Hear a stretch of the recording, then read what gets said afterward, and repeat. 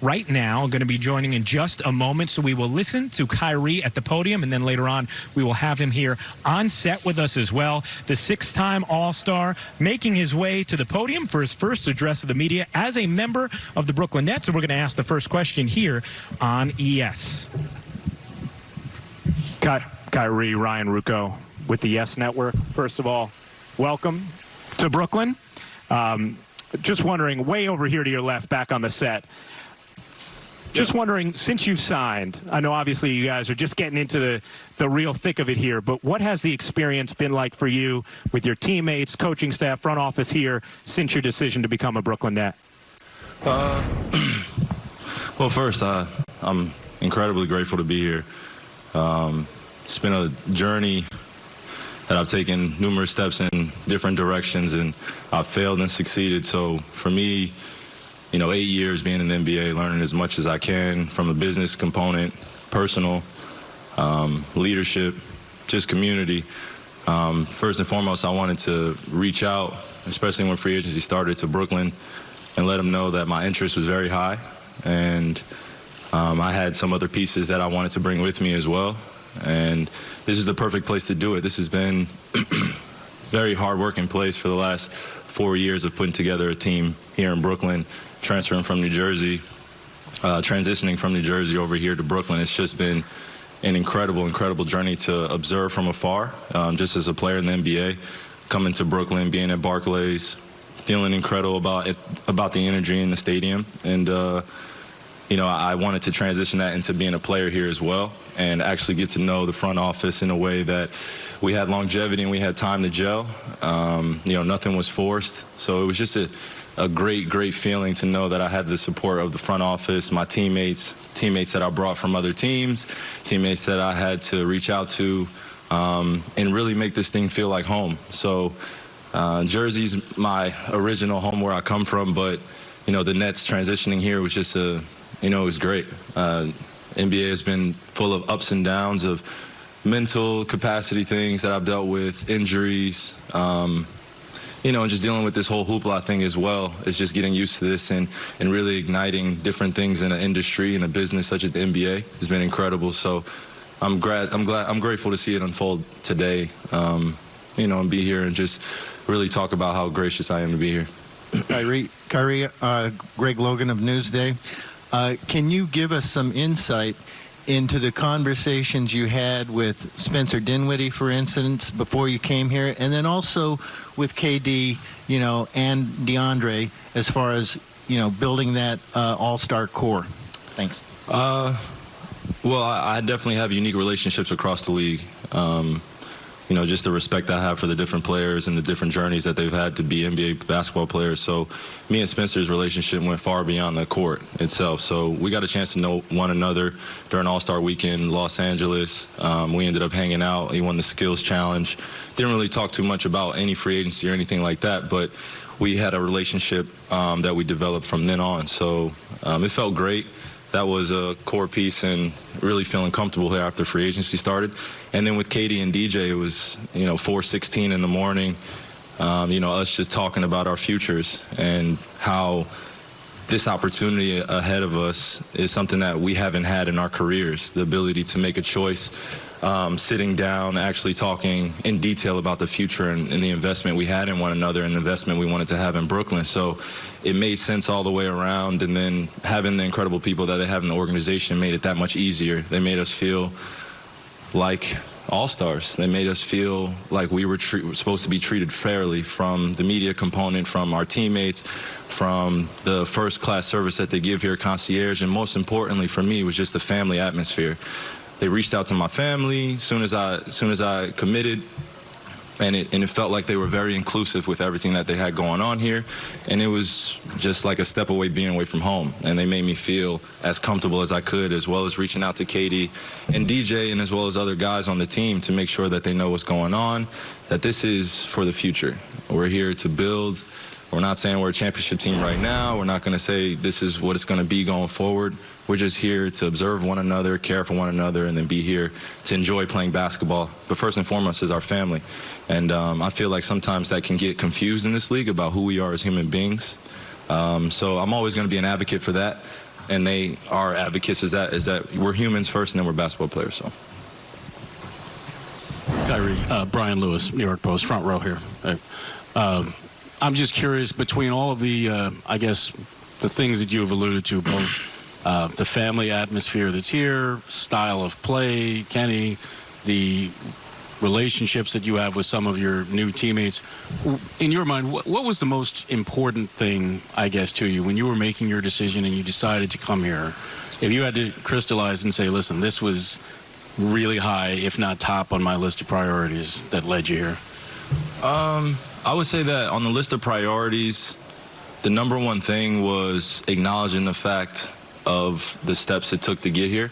That was the first step, was 8 years of really hammering home being in a team environment, being an NBA basketball player, and trying to be successful at a sport that sometimes, or for the most part, spills over into my personal life, and then allowing that to really put me in a place where I'm able to make a decision for me and my family for the long haul. And, you know, like I said, it was very, very trying this whole entire 8 years of being in the NBA and learning as much as I could about the business and personal side of it. So I wanted to remove all of that and really take a step back and not be an advocate for, you know, people not being treated fairly, especially from different outside sources and the way the NBA product works. So for me, it was just about honing on what was important, and that was coming back home. That was the important staple that I had in my mind. Mind you, it took months and months. It almost took a year and some change for me to even come to that decision because, you know, 9 months ago, I was sitting in front of the Boston crowd saying that I wanted to resign. And after that, a lot of things happened in my personal life that really changed the landscape of how I felt about the game of basketball and actually playing it in a team environment. And that really affected me as a human being. And I didn't share it with anyone. I didn't want to come out and say that this is bothering me, or I'm in a depression at this point of dealing with the death of my grandfather. So when all this happened and the NBA and the pressures, I put it in quotations, from this basketball game came into free agency and what I was doing with my future, I wanted to dispel all those things, but I don't think I did it in the right way of being honest about how I felt. So I just wanted to come here with a very fresh mindset and make sure that I'm honest with my teammates going forward, and also reverting back to apologizing to guys that I've been with and been teammates with to make sure that they know, hey, this is a game, but also our lives come into this. And when it affects our livelihood and it affects our happiness to play basketball, then the product or our service out there on the floor is not great. And that's just what it is. Personal lives, it seems like it's not as important, but in talking in terms about relationships and coaches and all this other stuff that go into the team environment, I think the important thing is to realize that the human being as a basketball player or in any industry struggles as well, dealing with personal issues. So for me, I just wanted to come in with that mentality, like, hey, I'm just going to be honest about who I am and what I'm doing going forward and my goals for myself, and then apply that into the environment here that we have in Brooklyn. So, hey, Kyrie, Stephen Bonnie from the New York Daily News. Obviously, we don't know if KD or if he's going to play, when he's going to come back. What are your expectations for this first season in Brooklyn, not knowing about him?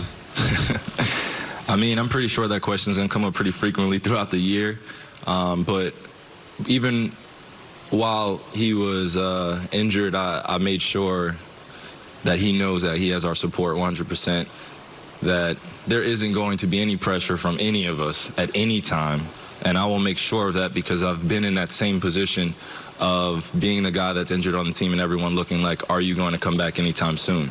If you come back, then this is going to be our championship caliber team. If you were playing, then this would happen. And naturally, I think you have to go inside the mind of a competitor and realize that a lot of people have responsibilities for why that ended up happening the way it happened on a national scale. We all know K was not ready to play in that environment. We all know that, whether people want to admit it or not. He was out 31 days, and we put him on a national stage on the finals to end up selling a product that came before the person Kevin. And now I'm here to protect that.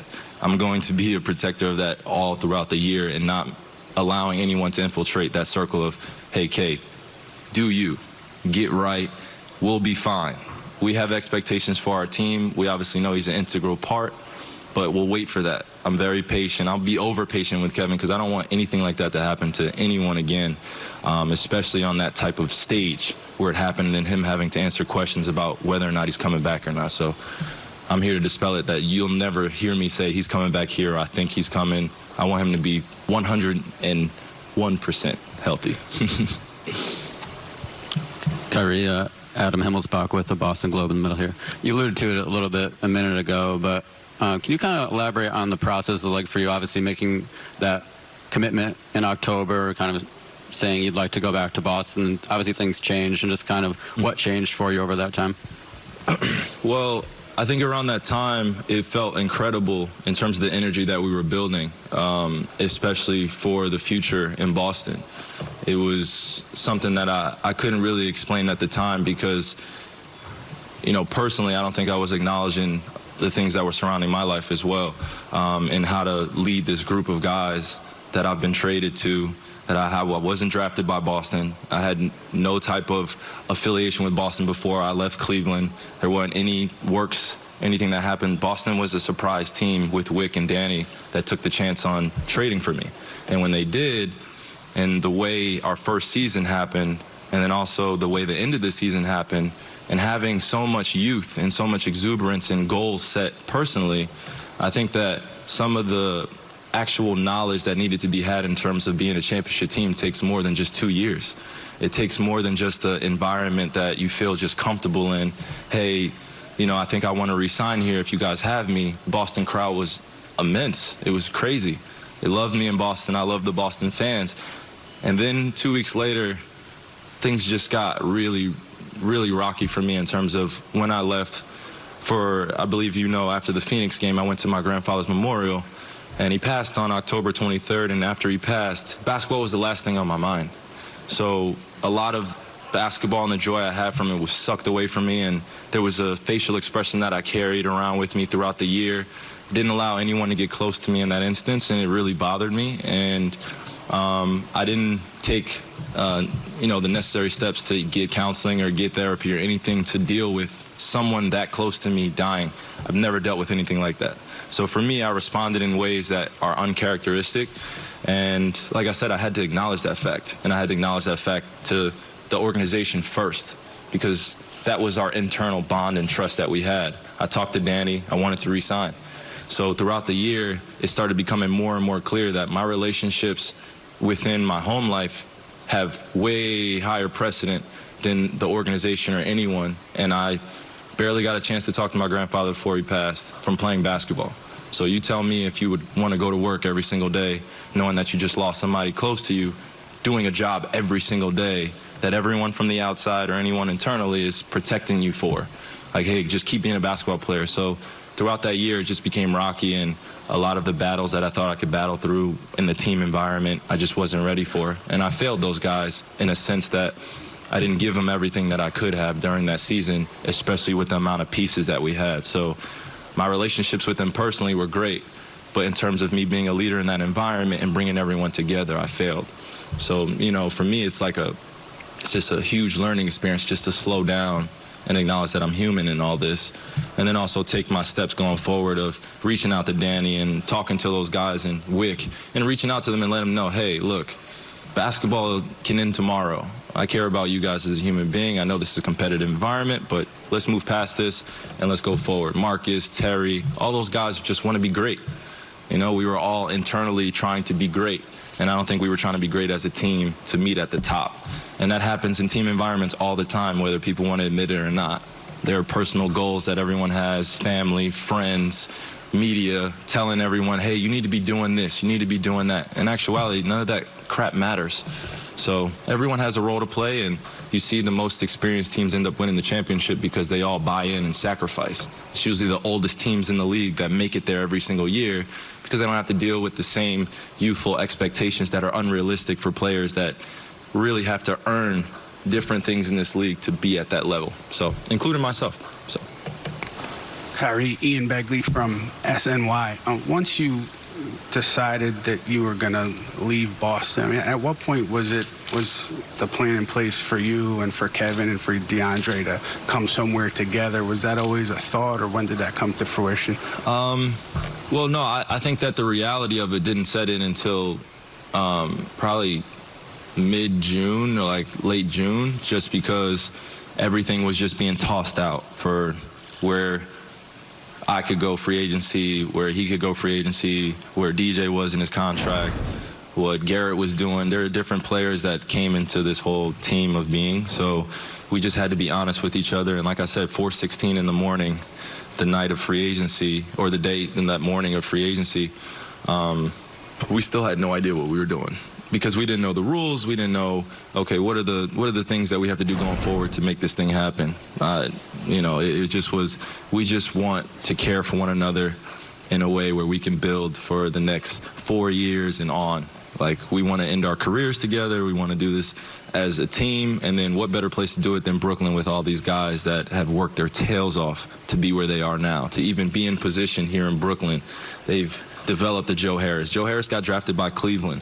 I knew Joe was going to be special enough to be a great piece for a team right when I saw him. But like I said, roles in Cleveland, we were a championship team in Cleveland at that time. Joe couldn't play on our team at that time. That was just the reality. So Brooklyn gave him a chance, an opportunity, and now he's performing. So it all meshed well together. But we talked in detail just that morning, and then later on that day, we just decided, hey, we're just going to break this. Like, we're doing this together, and then we'll form a formulated plan around that. So basically, it just happened in the spur of the moment on that day.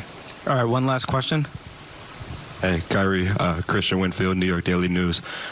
What was it, I guess, about the way the Nets play basketball on the court that sold you? And how do you feel that you can, A, elevate what they did last year, and B, I guess, mesh with what they were running with last year as well? Well, I think that the primary goal is to have the guards have the ball in their hands, as we watched D. Russ last year have a career year playing under Kenny, and as well as playing with Spencer and playing with Karras. Obviously those guys dealt with their individual injuries, and a lot of the work came on D. Russ's watch, and he really elevated himself and carried this team in a way which really, from an observative standpoint, I was really happy. I was like, okay, this guy he's really showing who he is. And then as we got along, I just started to imagine different lineups who would be implemented this way. How can Kenny teach us in a way that gives us freedom out there on the floor, and we're not so structured, but we have an expectation for who we are as a team day in and day out. And he's going to tell you like it is. Kenny's known for telling it like it is, which I appreciate. So it meshed very well at the time. And like I said, I wanted to show an appreciation for the journey that I've had watching the Nets over in Jersey, over in Continental Airlines at that time, being a kid, being at the finals, and that being an inspirational piece of the last person that, although it was an ABA championship, but I pay attention to things like this, is the last time was Julius Irving being here as well. So for me, it's just about the history, and then also the transition that it's made, and now being in Brooklyn, also being from Jersey, it was like, okay, let me bring this New York, New Jersey style to the court. I don't think we've seen a player from around here be on the team as, just this example now of in the community as well as on the floor. I grew up playing in some of these parks. I popped up at a Brooklyn park the other day, not realizing that I'm still not normal. So when I go outside and I see all these kids leaving a bunch of courts, I'm like, I just came here to shoot with my dad, because that's where I grew up, is outside playing basketball, having that attitude to really prove people right, that I'm the next one and meant to take over this league for the next few years. So, thank you very much. Yeah.